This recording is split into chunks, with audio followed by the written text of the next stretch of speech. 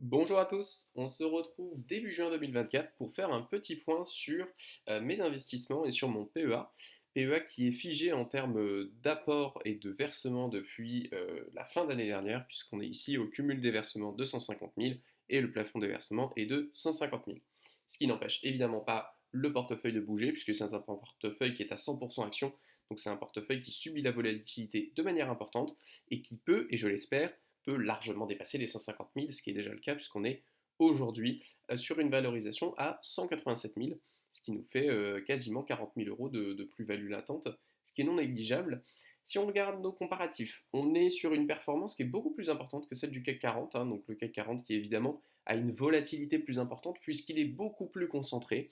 Donc quand Total et LVMH ont le vent en poupe, eh bien forcément ils vont battre la plupart des portefeuilles même américains, mais en moyenne, la volatilité est importante et n'est pas récompensée par une surperformance particulière. Donc plutôt satisfait évidemment de la performance à la mi-année, puisque plus 10% à la moitié de l'année, autant vous dire qu'on pourrait clôturer l'année ici et dire que ça a été une bonne année, et qu'il nous reste déjà encore 6 mois à faire. Pour avoir un comparatif aussi petit peu plus intéressant, j'ai mal crop mon image, mais sur le MSCI World, donc le CW8 qui pour moi est la référence en termes d'investissement, vous avez aussi le WPEA maintenant de BlackRock, mais il suit le même indice, c'est plus 11% depuis le début de l'année. Donc pour une fois, on n'est pas tant derrière que ça, donc je pense que les marchés émergents n'ont pas fait de si mauvaises performances, puisque c'est clairement ça qui fait différer mon portefeuille, et aussi un autre élément dont je vais parler un petit peu plus tard.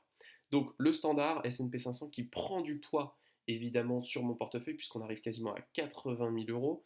Donc on se rapproche tout petit des 50% total de mon portefeuille uniquement sur cette ligne. Et très probablement qu'on va y arriver si la tendance économique reste la même avec un S&P 500 qui surperforme les autres régions du monde.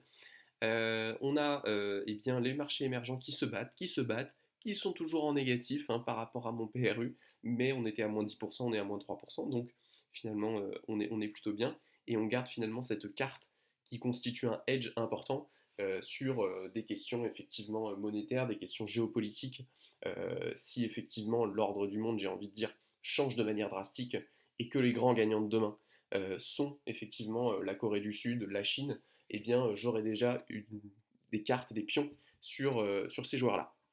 Euh, L'Europe qui s'en sort très bien, on est à 28% par rapport à mon PRU, donc on est sur du solide. Ici, c'est la ligne la moins orthodoxe de mon portefeuille, qui est un ETF leverage, et à savoir, pour ceux qui ont vu mes vidéos il y a quelques années, cet ETF, il a été acheté à 100% avec de l'emprunt. C'est-à-dire qu'il y a à peu près 3 ans, non 2 ans, c'était tout début 2022, donc 2 ans et demi, j'ai emprunté parce que les taux étaient extrêmement bas, donc j'ai pu emprunter sur un prêt personnel sans justificatif 14 000 euros. Et je me suis dit, il y avait à ce moment-là, effectivement, début 2022, une grosse baisse des marchés financiers. Alors en fait, c'est une baisse qui s'est poursuivie pendant toute l'année 2022, mais ça, je ne le savais pas.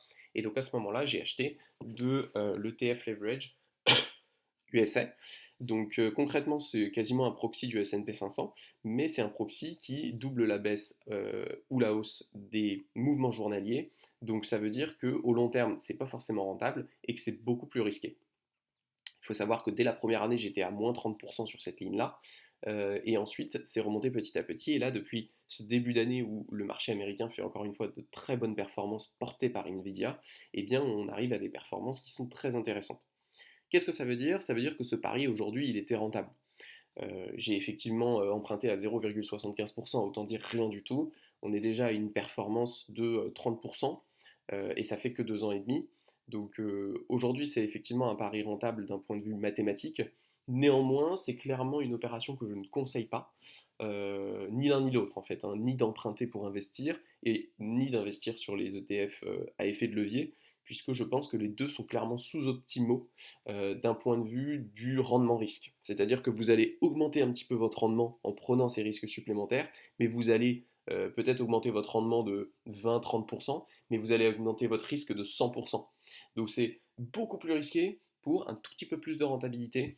Donc clairement, c'est pas quelque chose que je referais, mais je suis content de l'avoir fait parce que ça m'a permis de voir comment ça marche de faire un prêt, comment ça marche de rembourser son prêt de manière régulière. Donc finalement, c'est aussi de l'expérience pour moi qui a une certaine valeur. La grande question, c'est quand est-ce qu'on va liquider cette ligne? Parce que je ne me vois pas avoir un portefeuille à 10 ans qui va garder un ETF leverage avec des frais importants et avec ce qu'on appelle du beta slippage. C'est le fait que quand vous avez des variations quotidiennes importantes, eh bien en fait, vous êtes perdant. C'est-à-dire que si votre portefeuille fait plus 50%, moins 50%, bah en fait, vous n'êtes plus à 100, vous êtes à 75. Et en fait, c'est exactement ce qui se passe avec les ETF leverage. Comme ils ont des très hausses variations à la hausse comme à la baisse, en fait, vous finissez par être perdant. Donc, en fait, vous finissez par être perdant dans le cas d'une moyenne qui tend vers zéro, sauf qu'évidemment, les marchés ne tendent pas vers zéro, et là, c'est ce qui se passe. C'est-à-dire que les marchés sont tellement haussiers que même avec le beta slippage, c'est rentable pour moi d'avoir cet ETF qui rattrape quasiment la rentabilité de mon S&P 500, malgré son départ absolument catastrophique. Donc voilà, la question c'est quand est-ce qu'on va liquider cette ligne. Honnêtement, je pourrais la liquider maintenant. Ça serait pas du tout absurde. Je le fais pas parce que j'ai pas de très bonne raison de le faire. Mais je pourrais clairement la liquider maintenant. Alors à voir si je la liquide en fin d'année, à voir si je la liquide quand l'emprunt qui est associé à cette ligne expire. Donc ça serait début 2026 puisque c'est un emprunt sur 4 ans. Donc on va voir. Mais clairement, si j'anticipe à un moment une déstabilisation du marché américain, chose qu'a priori je ne suis pas capable de faire, mais on ne sait jamais, ce serait clairement la première ligne que je dégage pour racheter probablement du marché américain sous forme de CW8 ou sous forme de WPEA, mais au moins sans l'effet de levier qui fait plonger très rapidement en cas de crise. Donc ça, c'est vraiment la ligne non orthodoxe qui va pas rester très longtemps, mais qui, en attendant, tire le portefeuille vers le haut. Et c'est ça que je voulais dire aussi. Je pense que c'est une des raisons qui fait que je suis très proche de la performance de l'ETF Monde, malgré mon ETF très important, 40 000 euros sur les marchés émergents. C'est que effectivement, bah, cet ETF, il est dopé par la performance du marché américain, puisqu'il la double hein, de manière mathématique. Ici, on a le Nasdaq qui performe. Alors, 7000 euros, c'est un ETF qui est historique, donc je vais le garder pour le principe. Ici, pareil pour Emerging Markets sur l'Amérique latine, pour le coup, ça c'est un marché que j'ai pas, donc c'est intéressant. À voir quand même, à noter que les small caps en Europe sont absolument. Enfin, c'est dramatique, quoi. On est en négatif, bon, de pas grand-chose, mais c'est un ETF que j'ai acheté il y a très longtemps. Donc c'est vraiment une performance qui est très mauvaise. J'aurais pas dit, mais en fait, il y a une telle inertie aujourd'hui, que ce soit sur le marché européen que sur le marché américain, des méga caps, c'est-à-dire des grosses entreprises, qu'en fait, les small caps, donc les petites entreprises, se font vraiment massacrer par, j'ai envie de dire, l'environnement macroéconomique général. Et en fait, les seuls grands gagnants, ce sont ces énormes entreprises, ces grosses machines à cash, qui sont dans des situations de quasi-monopole, que ce soit la tech aux États-Unis ou que ce soit en France, des entreprises comme Total, comme Air Liquide, euh, comme LVMH, qui portent vraiment la bourse. Et en fait, les small caps ont vraiment du mal à décoller. Et ça fait aujourd'hui, maintenant, je sais pas, ça fait plus de 10 ans hein, que les small caps et les value caps, c'est-à-dire les petites entreprises qui ont des valorisations faibles, eh bien, ne parviennent pas à décoller. Alors, il peut y avoir hein, des périodes comme ça très longues où, bah, effectivement, l'investissement value n'est pas du tout performant. Et puis, c'est au moment où il y a une crise et au moment où finalement toutes les valorisations des entreprises hautement valorisées vont baisser que ces entreprises vont retrouver un certain intérêt.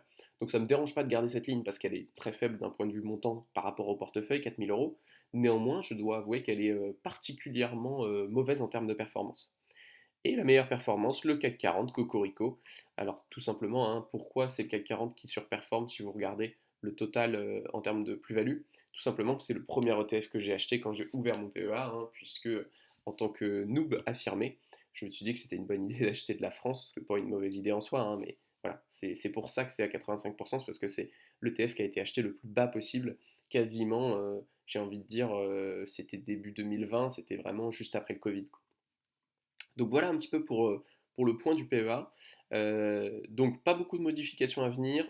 Première modification qui va arriver quand même assez rapidement probablement, c'est l'ETF Leverage qu'il va falloir sortir du PEA. Et ensuite, je suis relativement satisfait de l'ensemble de mes lignes, y compris de l'ETF émergent qui pour moi apporte une certaine diversification d'un point de vue global, ce qui n'est pas du tout le cas de cette ligne-là, qui est uniquement une ligne spéculative et qui n'a pas de sens d'un point de vue théorique. Donc voilà un petit peu, on est sur une très bonne performance. Qu'est-ce qu'on prédit pour la suite? C'est très difficile à dire. On reste dans j'ai envie de dire, un milieu macroéconomique qui est globalement très tendu. Il y a quand même beaucoup d'entreprises qui souffrent, il y a beaucoup de secteurs qui souffrent, mais c'est un petit peu ce que je vous disais sur la question des value cap. C'est-à-dire qu'effectivement, même si en majorité le nombre d'entreprises qui galèrent augmente, les quelques entreprises qui portent le marché d'un point de vue valorisation le portent aussi d'un point de vue performance. Et donc en fait, on est dans ce paradoxe où la plupart des entreprises galèrent, mais la poignée d'entreprises qui s'en sort bien rafle tous les marchés et arrive à avoir des chiffres d'un point de vue rentabilité quand on regarde les résultats publiés, qui est juste immense. Et donc, bah, c'est quand même intéressant d'investir sur le marché pour le moment. Et de toute manière, les alternatives disponibles, pour moi, elles sont au nombre de un et c'est l'immobilier. Et aujourd'hui, j'ai pas envie d'investir en immobilier parce que je suis un gros flemmard. Ici, on a un petit récap des dividendes, donc qui n'a aucun sens puisque mon portefeuille n'est pas du tout basé sur les dividendes, il augmente puisque le montant augmente. Mais j'ai aussi beaucoup investi sur des ETF capitalisants, donc il n'a même pas tant augmenté entre 2022 et 2023. N'hésitez pas à me dire en commentaire si vous avez des questions en particulier, et je vous dis à ciao pour la prochaine.